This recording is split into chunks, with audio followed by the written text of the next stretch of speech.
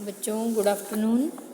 देखिए अभी हम पढ़ रहे हैं प्रोबेबिलिटी में हमारी एक्सरसाइज चल रही है 13.4 एक्सरसाइज के कुछ क्वेश्चंस अपन कर चुके हैं जिसमें हमने मीन और मीडियन से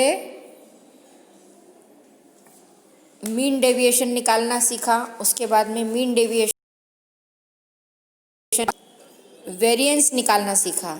ये मीन डेविएशन निकाला, फिर वेरिएंस निकाला और इसके फॉर्मूले मैंने आपको नोट करवाए हैं। आज मैं फिर से भेज दूँगी कि ये किस तरह से निकाले जाते हैं। ये हमारा वेरिएंस है। अब देखिए 13.4 के जो क्वेश्चंस हैं ये प्रोबेबिलिटी प्लस स्टैटिस्टिक्स में हमने ये सब निकालना सीख चुके हैं पिछले साल 11th में। अब वेरिएंस और स्टैंडर्ड डेविएशन, मीन डेविएशन, इन सब का प्रोबेबिलिटी के साथ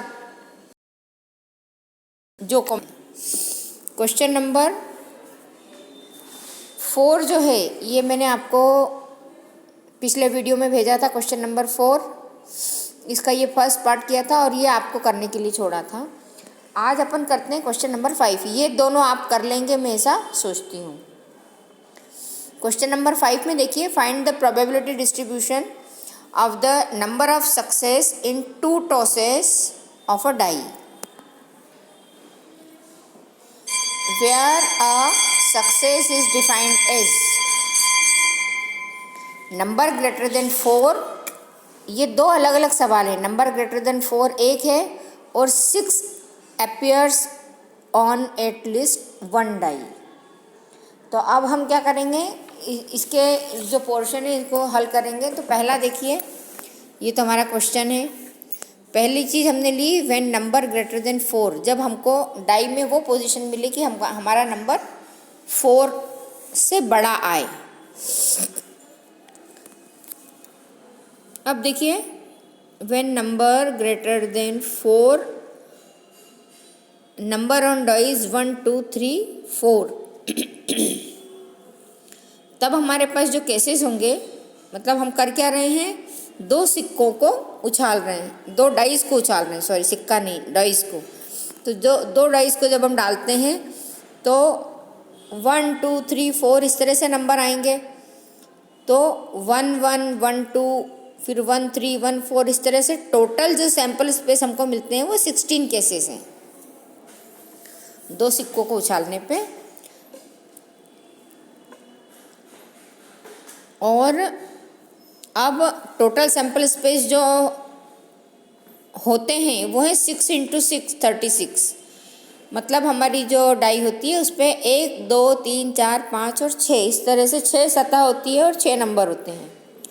जब 2 डाइस को एक साथ हम उछालते हैं तो 6 और 6 इस तरह से कुल 36 नंबर हमारे पास आते हैं सैंपल स्पेस के। 1 के साथ 1, 1 के साथ 2, 1 के साथ 3, 6 के साथ 6 इस तरह से बनते हैं, तो 36।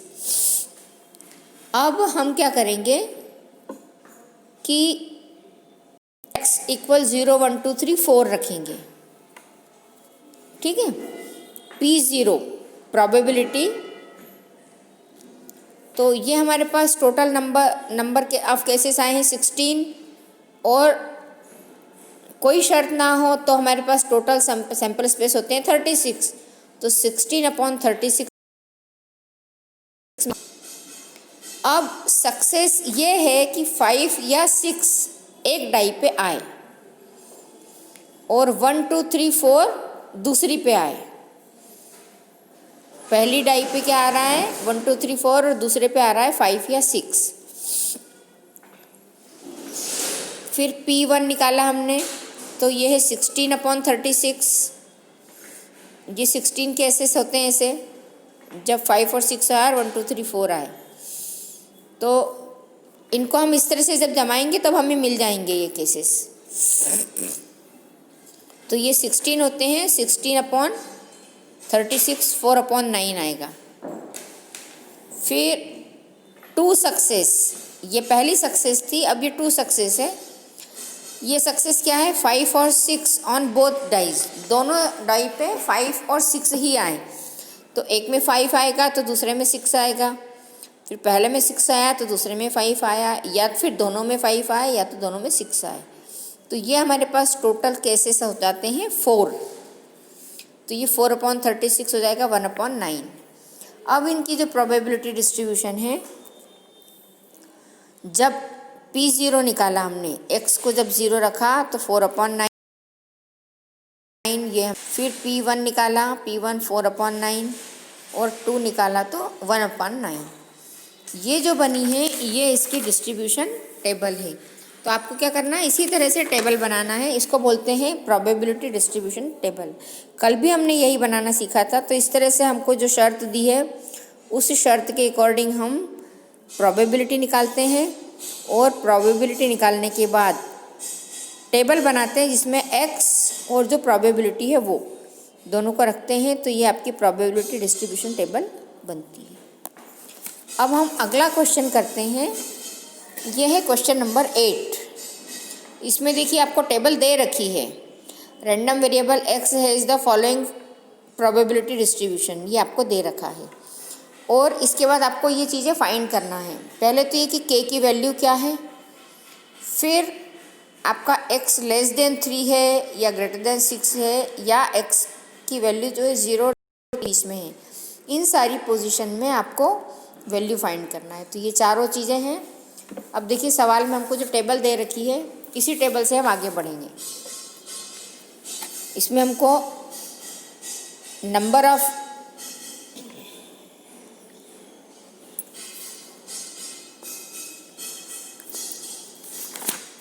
ये टेबल है, x और px दिया है। ये हमको ये पता है कि हमारा जो px होता है उसकी वैल्यू हमेशा, उसका सम जो होता है हमेशा 1 आता है।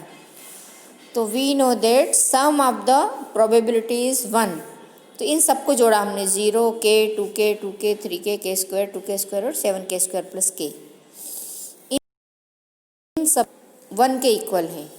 तो इन सबको हमने जोड़ दिया, 10k square plus 9k equal 1 आया इनको सबको जोड़ने पे। फिर हम इस 1 को इधर लेके आ गए और हमने इसके क्या किए, फैक्टर, 10k स्क्वायर प्लस 9 के हमने इसमें क्या किया, एक के जोड़ दिया और एक के घटा दिया, प्लस के और माइनस के। उससे क्या हो गया, 9 के बन गया 10 के और -1 तो ऐसा ही है, और यहाँ पे एक माइनस के और आ गया। इसके फैक्टर किए हमने, इसमें से 10 के बाहर निकाला तो k+1, माइनस कॉमन निकाला तो k+1, k+1 बाहर निकाला तो 10 के -1 बचा। अब यदि k+1 को हम 0 मानते हैं तो k की वैल्यू आती है -1, लेकिन हमारे पास k की वैल्यू -1 जो होगी वो ठीक नहीं है, क्योंकि ये जो k की वैल्यू -1 रखते तो प्रोबेबिलिटी माइनस में हमको नहीं चाहिए। फिर दूसरा है 10 के -1 इक्वल 0, तो k की वैल्यू मिली 1/10। तो इसको हम सही मानेंगे, क्योंकि ये वाली जो वैल्यू है ये हमको नेगेटिव वैल्यू नहीं चाहिए प्रोबेबिलिटी में। अब हमारे पास जो वैल्यू आई है 1/10, उसको हम इस टेबल में रख देते हैं। इस टेबल में रखने से क्या होगा, k की वैल्यू 1/10 रखेंगे तो हमको एक नई टेबल मिलेगी जिसको हम बोलेंगे प्रोबेबिलिटी डिस्ट्रीब्यूशन टेबल, जो हमको फाइंड करना है। तो ये प्रोबेबिलिटी डिस्ट्रीब्यूशन टेबल है। x तो जो दिया है आपका वही रखा हुआ है यहाँ से यहाँ तक का, और हमने सबके नीचे जहाँ जहाँ k था, k की वैल्यू 1/10 लिख के मल्टीप्लाई कर दिया तो ये चीज़ मिली। अब हमें क्या करना है,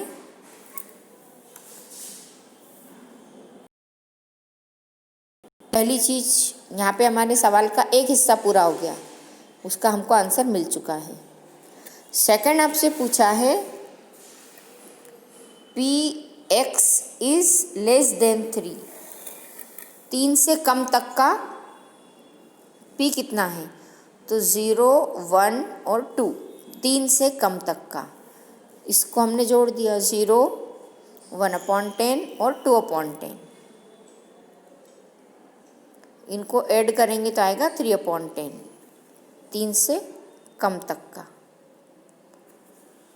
फिर आपसे पूछा है px इज़ ग्रेटर देन 6, 6 से बड़ा, 6 से बड़ा मतलब 7, तो हम क्या करेंगे, सिर्फ 7 ही 6 से बड़ा, तो सिर्फ 7 तक की वैल्यू निकाल के दे देंगे। तो ये आ जाएगा हमारे पास Px ग्रेटर देन 6 आएगा P7, और P7 की वैल्यू है 7/100 प्लस 1/10। LCM लिया तो आएगा 100, 7 प्लस 10, तो 17/100 इसका मान है। अगला आपसे जो पूछा है कि आपका x जो है 0 से 3 के बीच का है, तो आपको 0 भी नहीं लेना है क्योंकि लेस देन का साइन है, और 3 भी नहीं लेना है क्योंकि ग्रेटर देन का साइन है। तो P1 और P2 लोगे आप। P1 है हमारे पास में ये रहा 1/10, P2 है 2/10। तो फिर से हम 1/10 और 2/10 को जोड़ देंगे तो हमको मिलेगा 3/10। तो ये इस तरह से आपका 8th नंबर का जो क्वेश्चन है वो कंप्लीट होता है। अब देखिए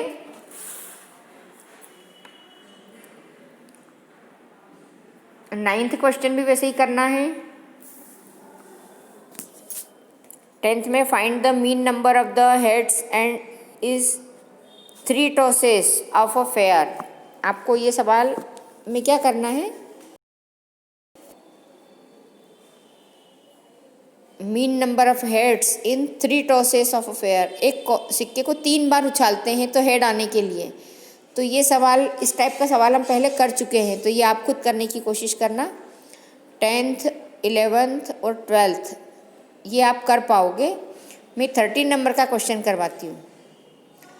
इसमें देखो आपको संख्या कुछ भी नहीं दी है, आपको सिर्फ ये दिया है let x denotes the sum of the numbers obtained when 2 fair dice are rolled. 2 die को जब हम उछालते हैं तो उनका जो सम आता है, उस सम के लिए इसका जो सम आएगा जो कि x से डिनोट होगा, उसके लिए आपको वेरिएंस और स्टैंडर्ड डेविएशन निकालना है। अब वेरिएंस और स्टैंडर्ड डेविएशन के फॉर्मूले मैं आपको बता चुकी हूँ, उनको एक बार और भेज दूंगी। वेरिएंस और स्टैंडर्ड डेविएशन के फॉर्मूले, उन फॉर्मूले को रख के आपको ये सवाल करना है। अब देखिए इसमें हमको क्या करना है, सम ऑफ फेवरेबल केसेस। तो हम ये मानेंगे कि सम 2 3 4 5, भाई 2 डाइस को जब हम उछालते हैं तो एक में 1 आया, दूसरे में 1 आया, तो मिनिमम 2 तो आएगा ही, 2 से कम तो आ ही नहीं सकता है। दोनों में यदि मिनिमम 1 1 आया तो भी 2 आएगा। तो हमारा ये जो सम x यहाँ लिख देते हैं, ये हमारा x है ये, ठीक है। अब जब 2 आ रहा है तब डाइस की पोजीशन क्या है, पहली में भी 1 आया, दूसरी में भी 1 आया। अब जब पहली दूसरी दोनों में 1 आया तो कितने तरीके हुए, एक ही तरीका हुआ दोनों में 1 आने का, और उस वक्त इसकी प्रोबेबिलिटी 1/36 हो जाएगी। अब 1/36 क्यों होगी, ये आपको पहले भी बताया है कि हमारे पास जो 2 डाई हैं, दोनों डाई को जब हम उछालते हैं तो एक डाई में 6 और दूसरी डाई में भी 6 सतह हैं, तो टोटल सैंपल स्पेस 6 × 6 36 होते हैं, इसलिए इसकी प्रोबेबिलिटी हो जाएगी 1/36। इसके बाद यदि सम 3 आता है, अब हम मैक्सिमम सम जो है 12 तक जा सकते हैं, क्योंकि दोनों में 6 और 6 आया तो 12, मैक्सिमम सम 12 होगा और मिनिमम सम 2 होगा। तो 2 3 4 5 6 7 8 9 10 और 11 12 यहाँ तक हमको जाना है। तो ये किस किस पोजीशन में आ सकते हैं वो देखेंगे हम। तो 1 2 और 2 1, इसके बेस कितने हो गए 2, और इसकी प्रोबेबिलिटी हो जाएगी 2/36। फिर जब हमारे पास 4 आता है सम, तो 4 के लिए 1 3 3 1, इन दोनों का सम 4 4 है, और 2 2 आता है तो भी सम 4 है। तो यदि ये आता है तो टोटल वेज हो गए हमारे पास 3 और प्रोबेबिलिटी हो गई 3/36। यदि 5 आता है तो 1 4 2 3, पहले पे 1 आया तो दूसरे पे 4 आएगा, पहले पे 2 आया तो दूसरे पे 3 आएगा, या फिर 3 2 और 4 1, तो यहाँ पे टोटल वे हो गए हमारे पास में 4 और प्रोबेबिलिटी 4/36। जब हमने 6 लिया तो 1 5 इनका टोटल 6 है, 2 4 3 3 4 2 5 1 इन सब का टोटल 6 है। कितने हो गए 1 2 3 4 5, तो टोटल वेज हो गए आपके पास 5 और इसकी प्रोबेबिलिटी हो गई 5/36।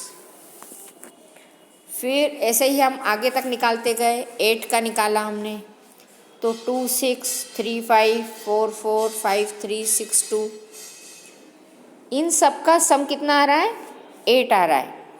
और 1 2 3 4 5, तो 5 आ गया फिर से और 5/36 इसकी प्रोबेबिलिटी हो गई। फिर 10 का देखें, 4 और 6, 6 और 4 और 5 5 ये 3 आते हैं इसमें, इनका सम 10 होगा। तो टोटल वेज हो गए हमारे पास 3 और प्रोबेबिलिटी हो जाएगी हमारे पास 3/36। 11 लिया हमने तो 5 6 और 6 5 दो ही पोजीशन में आएगा, तो टोटल वेज हो जाएंगे हमारे पास में 2 और 36। फिर 12 लिया हमने तो 6 6 यही एक पोजीशन है। तो मैंने आपको बताया था कि 2 इसकी मिनिमम और 12 मैक्सिमम, ये इसकी रेंज है 2 और 12 सम की, दो डाइस को जब हम उछालते हैं तब। तो यहाँ पे भी हमको एक ही पोजीशन मिली 1 1 और यहाँ पे भी एक ही पोजीशन मिली 6 6। बाकी सब देखिए ये 1 2 3 4 5 6 5 4 3 2 1 ये पोजीशन है। ये है नंबर ऑफ वेज और ये है इनकी प्रोबेबिलिटी। टोटल केसेस जो है हमारे पास 36 हैं, इसलिए यहाँ पे जो 1 था divided by 36, 2 divided by 36, 3 divided by 36, 4 5 6 सबको 36 से हमने डिवाइड कर दिया और लास्ट में हमको मिला है 1 डिवाइडेड बाय 36। अब हम क्या करेंगे, इसकी प्रोबेबिलिटी डिस्ट्रीब्यूशन टेबल बनाएंगे, जहाँ पे x तो हमारे पास क्या है 2 3 4 5 6 7 8 9 10 11 और 12 और जो प्रोबेबिलिटी आई है उसको हम लिखेंगे px। जब 2 था तब 1/36, 3 था तब 2/36, 4 5 6 7 8 9 10 का इस तरह से हमने जो यहाँ पे आई थी प्रोबेबिलिटी वो ऐसी की ऐसी लिख दी। अब आपको निकालना है वेरिएंस।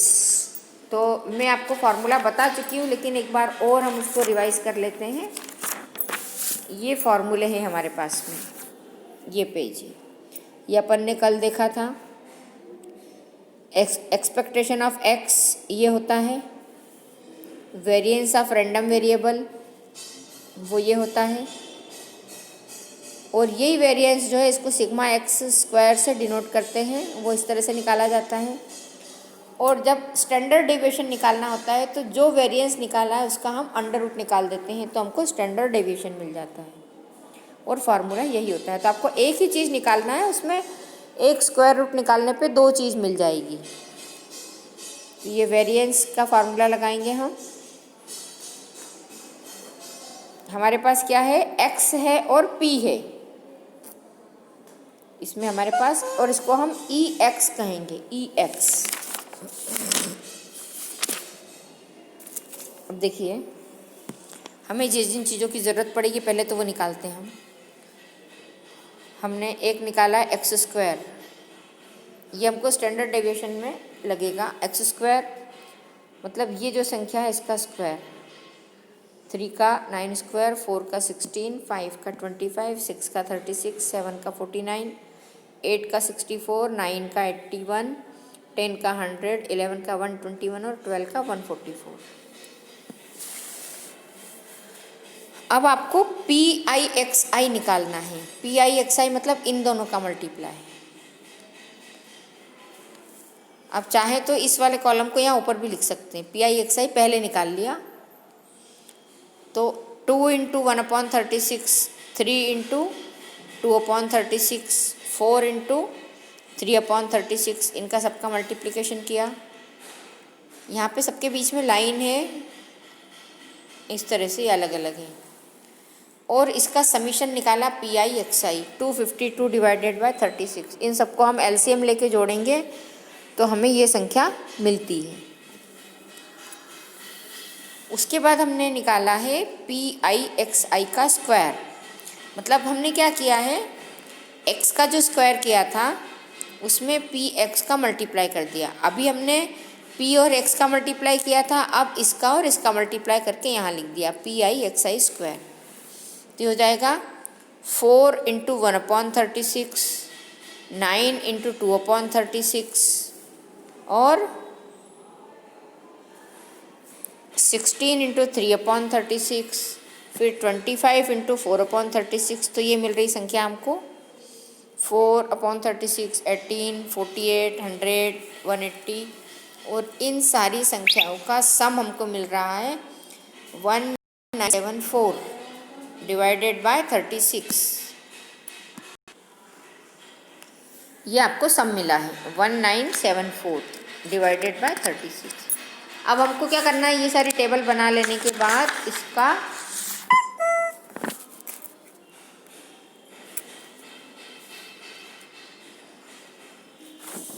फार्मूले में वैल्यू रखना है। तो वेरिएंस का फार्मूला है हमारा ई एक्स स्क्वायर माइनस ई एक्स का होल स्क्वायर। ई एक्स स्क्वायर मतलब जो हमने पी एक्स निकाला है पी एक्स का स्क्वायर, तो 1974 डिवाइडेड बाय 36 आया है। और ई एक्स जो हमने पी एक्स निकाला था वो ई एक्स है, तो पी एक्स का मल्टीप्लिकेशन और उसका समीशन 252 डिवाइडेड बाय 36 और इसका होल स्क्वायर। अब देखिए यहाँ पे जब हम सवाल करते हैं तो आप यदि इसका होल स्क्वायर करोगे और फिर संख्या को कैंसिल करोगे या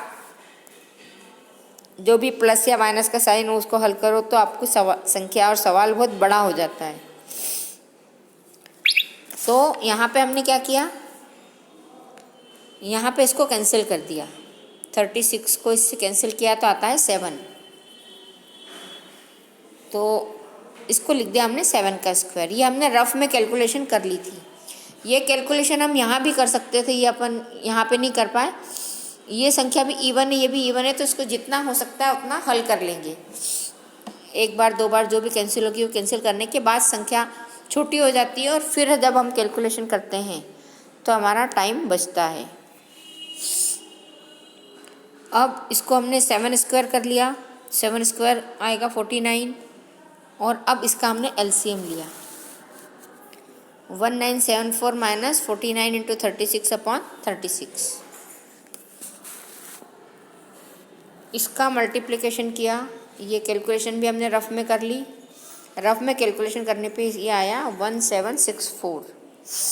1974 में से 1674 को माइनस किया तो आएगा 210। ये 210 डिवाइडेड बाय 36, इसको भी हमने कैंसिल किया 105 एंड 18 और आगे आया 35/6। और इसको जब हमने डिवाइड किया तो दशमलव में आया 5.83।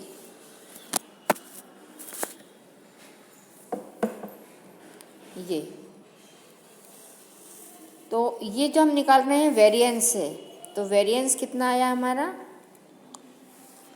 वेरिएंस का मतलब है सिग्मा एक्स का स्क्वायर बराबर आया है 5.83। आपको जो चीज़ें निकालनी थी उसमें से एक चीज़ हम निकाल चुके हैं। अब अगली जो चीज़ निकालनी है वो है स्टैंडर्ड डेविएशन। यही पूछा ना, स्टैंडर्ड डेविएशन ऑफ एक्स।